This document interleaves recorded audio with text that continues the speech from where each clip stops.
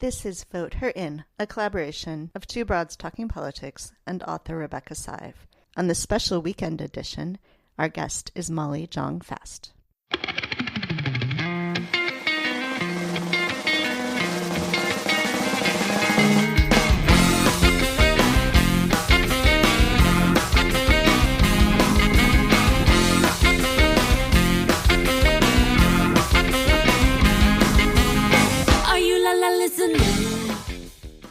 Hi, this is Kelly. If you hear any noises in the background, it's probably my kids playing with Legos because we are once again recording from our homes. So I am going to now turn it over to Rebecca, who will introduce our special guest today. Hi, Rebecca. Good morning, Kelly, and good morning, all of you. I hope everyone's managing okay and having a chance to listen and learn as well as to celebrate at home as best you can. We're doing this special weekend edition with a really fabulous guest. I think all our guests are fabulous, but this will be fun as well as serious. And today we're joined by Molly Jong-Fast, who's a great writer for the Daily Beast, an editor there, and numerous other publications. And I've just been particularly struck by her recent writings on political matters and cultural matters generally, and we thought she would just be a great person for us all to hear from. So welcome, Molly. Thanks for having me. Oh, you're welcome. And I'll just start with a first question. If you could, in fact, sort of talk with us about, how you got into this kind of writing, and also, of course, launch of your new podcast, The New Abnormal. So if you could share with us how you kind of launched into this two-pronged, both political and pop culture and otherwise types of writing. Well, I had been writing since I published my first book when I was 21, but I wrote more sort of novelistic-y stuff, and I didn't really get into political writing though I had written political stuff before, and I had always been an ardent feminist, but I did not need to. I don't know. I made more of a transition in 2016. Just as so many people did, right? Yeah. I think a lot of us, it became necessary for the personal to become political. So, yeah. So I think the personal became political as is often the way. Right. And were you so even more feeling that way in 2018 and currently, or was gradual build-up? No, in 2016, I started writing more political stuff about after the election of Trump. It was one of those things where no one ever thought it would possibly happen. And so when it happened, I had such a seismic shift in my feeling of the world. That I had to get involved. Right. And I noticed that in that context, you obviously are writing for a lot of different outlets. Recently, I noticed your pieces in Vogue and in Glamour. And, most of our audience is young women activists generally, and I'm sure a lot of them read women's magazines. I'm wondering if you could share with us your thoughts about your writing for them as opposed to, say, the Daily Beast, and how you kind of figure out where to put your various political thoughts on paper. I started writing for Glamour really early. I've actually been writing for Glamour around as long as I've been writing for the Beast. And I'm like a 90s person. Like, I started writing in the 90s. So one of my first bylines was in Mademoiselle and Mary Claire in the 90s. So I have always have a real affinity for women's magazines. And I also feel like to get a chance to write politics for them is really exciting, because you get to talk to an audience that isn't just reading politics. And so that's exciting too, because you really get to get out of it's just fascinating. So I love writing for women's magazines. It's a little bit different than writing for regular, more newsy magazines in the fact that you get to, a lot of times when you're writing for political magazines, the readers really know the subject well. And so you can focus on small parts of it, or you can focus on, whereas when you're writing for a larger general interest magazine like a women's magazine, you get to sum things up in an interesting way. I like them both, and they're very complimentary. And then I also love to write I love, love, love to write my sort of more emotional pieces, and I can do that for Vogue, which is really fun. So I'm very happy. I love being able to, I'm thrilled when I get to write for anywhere, honestly, because I know how, there aren't that many outlets anymore. The world is Right. for publishing is smaller and smaller. And so I'm just really honored that I get to, is the truth. And Right. so that ends up, so, I feel very lucky. I do. And that's my general takeaway from all of this. So when we started this podcast, it came as a sort of came out of Rebecca's book, Vote Her In. We were talking about wanting to elect the first woman president. That, of course, didn't happen this year, but we had some really qualified candidates this year. But having women running, wanting a woman president, isn't necessarily the same thing as liking the individual women who are running or thinking that they would be good in the role. And you have talked some about Angela Merkel as somebody who's a great leader. Could you talk some about this presidential race that we had? What maybe you thought about it in terms of the women running, what we might think about the next presidential race, and, sort of what qualities you would be looking for in a woman president? I mean, the midterms were a huge victory for women politicians. So that was kind of exciting. We saw a lot of really interesting candidates in congressional races and in some of those Senate races. A lot of interesting candidates women candidates of different degrees of progressive, from AOC to Kristen Sinema. And so that was very encouraging to me. With women candidates, I think the goal is representation more than a specific candidate. There are some really terrible women candidates in the Republican Party. I mean, Cindy Hyde-Smith from Mississippi. Yeah, she's terrible. I mean, just and the Alabama governor. I mean, there are a lot of really bad women out there too. So I was, Marsha Blackburn from Tennessee is just an absolute Trumpian sycophant of the worst variety. So I would say the deal with women candidates is you want women to run because you want representation, but you really want candidates who, I mean, just because they're a woman doesn't necessarily mean you'll have a great candidate. And in that vein, is there something about, apart from just being a woman, but the sort of experience of being a woman, so to speak, that matters even when it's a candidate or an official like Blackburn or Cindy Hyde-Smith?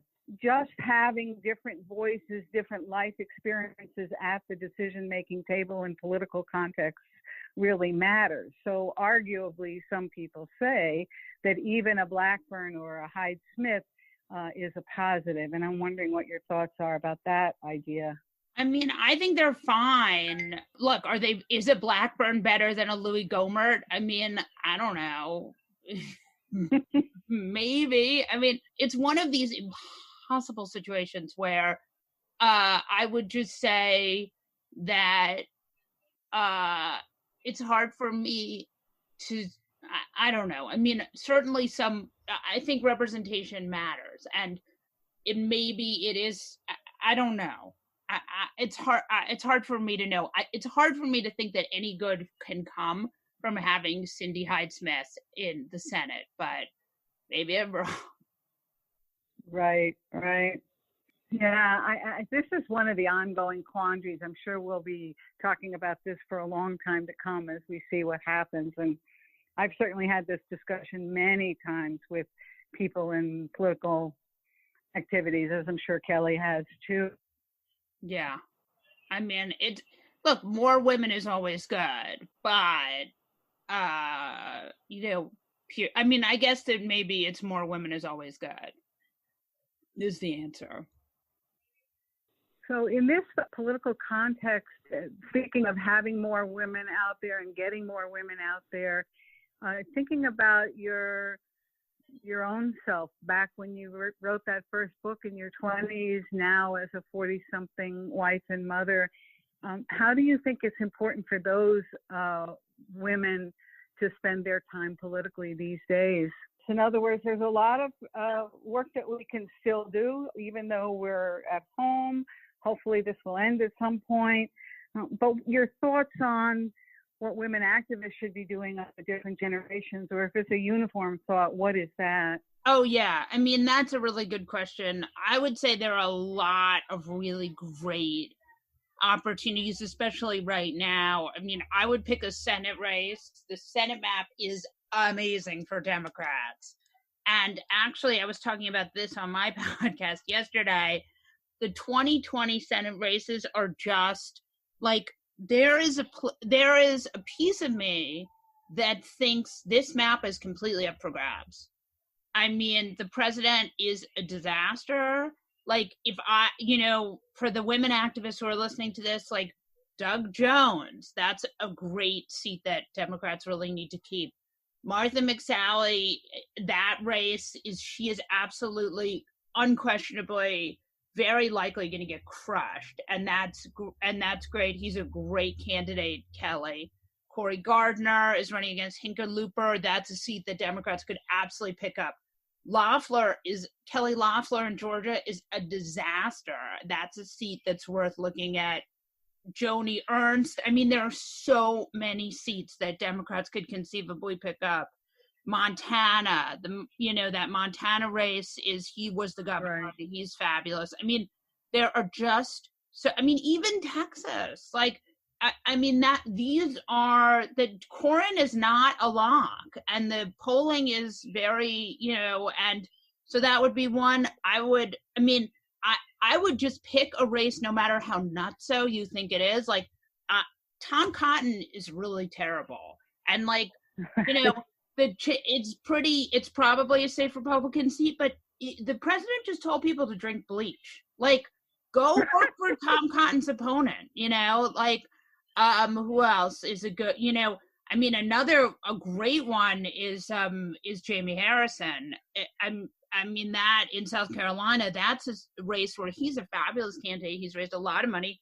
He's amazing. Like, get Lindsey Graham out. Like, there's no rules here anymore. Like, the world, Trump has upended everything. Like, take advantage of it. Go for it. So, speaking of Trump upending everything, let's talk some about these press conferences. You mentioned that Trump had told people to drink bleach, but one of the other things about those press conferences is the way he treats everybody terribly, but especially the way he treats the women journalists. Yeah. So you've written about this. So, what do you have any insight on why Trump does that? How should these women journalists be fighting back? They're pretty good at it, but what would you be doing if you were there? You've been in situations like being at CPAC, you've seen this sort of toxic energy. Yeah. What should we be thinking about? Should we even be airing these things anymore? I mean, we shouldn't be. The problem is this: we shouldn't be airing them because they're terrible or because the president is insane and there's no and he's used. I mean, the problem is he started out by using them because he has always thought. I mean, he's very much a creature of the 1980s. And so he always thinks like more is better, or tabloid fights are good for you. The more splashy stuff you can do, the better. And I think what happened with what's been happening with these is he's just been doing them, and he's felt that that's, that they've been helping him. And for a while they did. Now, as he gets crazier and crazier and angrier, I don't think they actually help him anymore. But the problem with Trump is he's not the problem with Trump. The best thing about Trump really is that he's not strategic. He's really just an animal. So he doesn't, like a normal, non-insane president would say, this is not helping me. This, so he would have a normal, non-insane president would have someone who would say, this is really making you look nuts. But because he's fired all those people and he just has his daughter and his son-in-law, nobody's there to tell him, this is making you nuts. So look nuts. So he just does these insane press conferences that go on and on and on. And so in some ways, I think now they really are starting to hurt him and make him seem nuts, which he is. And, it's not even that he's nuts. It's that I always think about this thing I read about Obama at the end of his presidency, where he said, the things that end up on his desk are the things that are just so problematic, they're unsolvable. And right. You put, and that's really, I think, true. And so you put someone like Trump, you give someone like Trump a whole set of unsolvable problems. And, Trump has two solutions for everything, right? One is a ban, right? A travel ban. He loves a travel ban. And the other is, is like, a miracle drug. And so when anything comes up, he suggests either a travel ban or a miracle drug. And the problem is there is no miracle drug for this. And a travel ban, it's here, the country with the highest rate of deaths. There's no, you can't ban travel from America, because that's what you'd really need to do. And so ultimately you find that you have a president who he has no solution. He's just so outmatched by the problems that he's ultimately really helped to create that he's just stuck. And so when he's on television for 2 hours every night, it becomes very clear that the man is just absolutely out of his skis.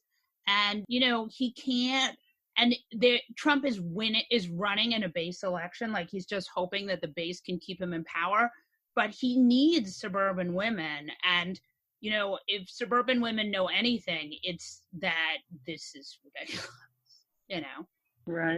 Right. Speaking of suburban women and this upcoming election, one of the important things in any election, obviously, is the support of women who understand that they must come behind, this is my view, a pro-choice candidate, whether or not they like every other policy. Right. And that coming behind, the coming behind them also means financial support. And, one of the good things, as you were mentioning, the 2018 election, is that lots more women stepped up to the plate to become donors and supporters of candidates. But what struck me in the last, month or so that we've been home is that, as it has everyone else, is our world is totally changed. We're going to have even greater disparities between people with money and those without than we had before. And I'm wondering what your thoughts are if you were, giving a speech to a group of those Vogue readers, what you would say to them about what they specifically, those with financial means as well as time, should be doing in this current situation and this current set of campaigns. I mean, if it were me, I would say give money to Senate candidates. That would be my 2 cents. Give money to the Democratic Senate candidates, and you could give money to Biden too. But I would say, look, the truth is Trump is a disaster, and Trump has also opened up the field in ways we never thought possible. And we just had a Supreme Court win in Wisconsin during a pandemic. They Right. do not underestimate what could happen in 2020. And I would say, do not hold yourself to traditional rules. Just go for it. You live in a red state, even better. So in some ways, I think it's exciting that we really are in a position where where the Democratic Party, there is no ceiling. And any thoughts, just to push on this a little bit, about women of means in particular and how to convince them to really get behind these wonderful candidates you mentioned? I mean, what is the message to them? I mean, I would say to them, it's their responsibility. what Right. one of the reasons why Trump got elected is because white women voted for him. So like you may Exactly. not have been the white woman who voted for him, but you're on the hook too, baby. And so I would say if it were, if I were talking to those people and that were my messaging, I would say, and it's certainly been my thinking about myself, is like, this is the chance to make up for 2016. And that would Right. be my 2 cents on this, which is like to absolutely just do this in the hopes that we can, look, a lot. I mean, if there's anything I've seen from Trumpism is that Trumpism has hurt the people that Trumpism promised to help, right? Like Exactly. more than anything, like I hate Trump. I voted against him. I've made it very known, but he hasn't, besides the fact that he changed the tax structure a little bit, I have not been hurt by Trumpism personally, but a lot of people who have, who live in red states and who are more dependent on resources from the federal government have really been hurt. And the truth is, this pandemic response, I mean, had we had a fully functioning federal government, this virus could have stayed in China. Like, there's a reason that SARS did not come here. And part of it was it wasn't as contagious. And part of it was a functioning federal government. And we didn't have that with coronavirus. We had a president who said it's going to go away in April. So, it's hard to Monday morning quarterback. And like, the truth is we don't really know. It's an impossible conversation to have. That said, if we had had a fully functioning federal government, things would have been different. And so you say to those women, look, you are running the chance of another 4 years of Trump, and you think this is bad? Like, 4 more years of this guy is going to be, I mean, I don't even want to fantasize what 4 more years of Trump would look like, but it's not going to look good. It's not more freedom and more happiness, it's more like insane kleptocracy.